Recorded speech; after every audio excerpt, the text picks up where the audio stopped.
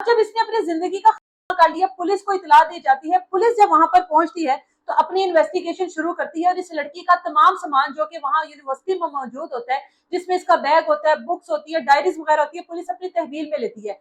इसके बैग में से एक डायरी निकलती है, जिस डायरी के ऊपर एक नोट लिखा होता है।